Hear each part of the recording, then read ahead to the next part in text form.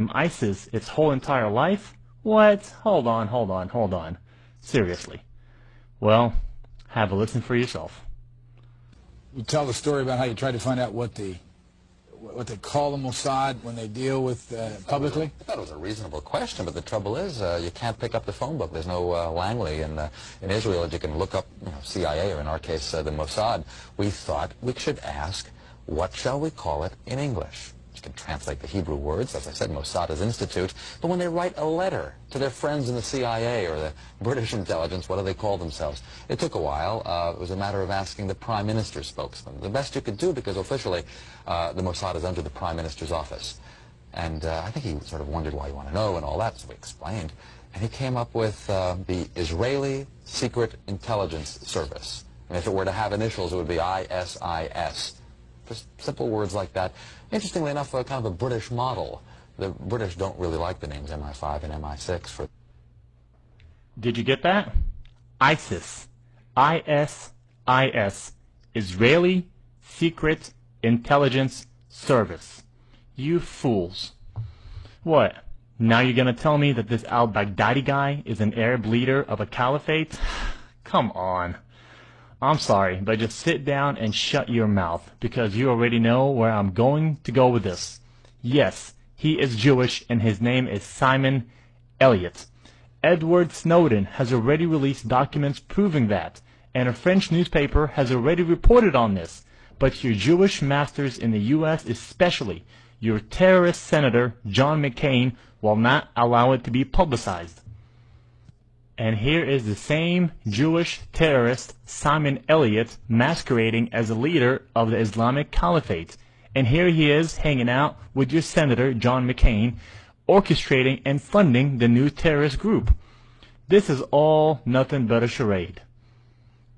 And do not think for a minute this is just an isolated incident. They have been doing this for a long, long time. It is time to round up and arrest the majority of U.S. congressmen, senators, politicians, bankers, Wall Street executives, and corporate leaders, because they are all guilty of treason.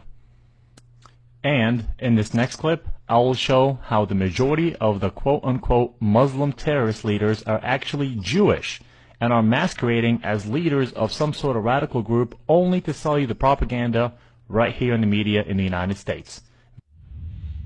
Adam Gadon, the so-called American al-Qaeda who proclaimed himself the media maven, if you will, for al-Qaeda, and was helping to produce a lot of these so-called al-Qaeda videos that were all over the internet that made al-Qaeda look really bad and made the Muslims look bad. Should you fail to comply in full, we will deem it sufficient justification to continue to fight and kill Americans. Come to find out, Adam Gadon's real name was Adam Perlman.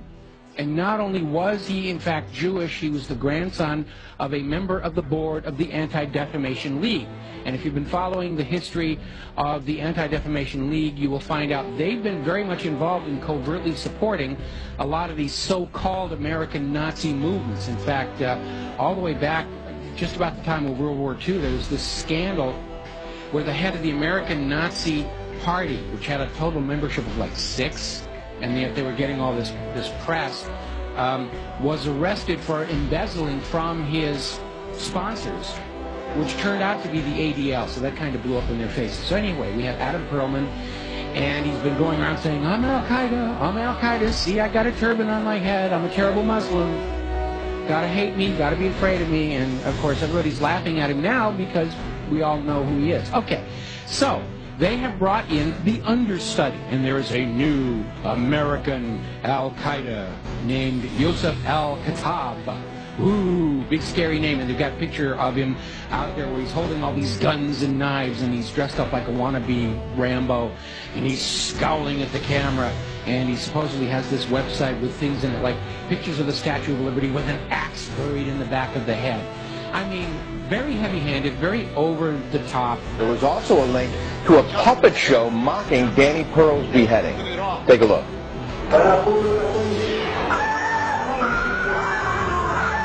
Oh, that's awful. You know, just looking more like a movie prop than anything else here.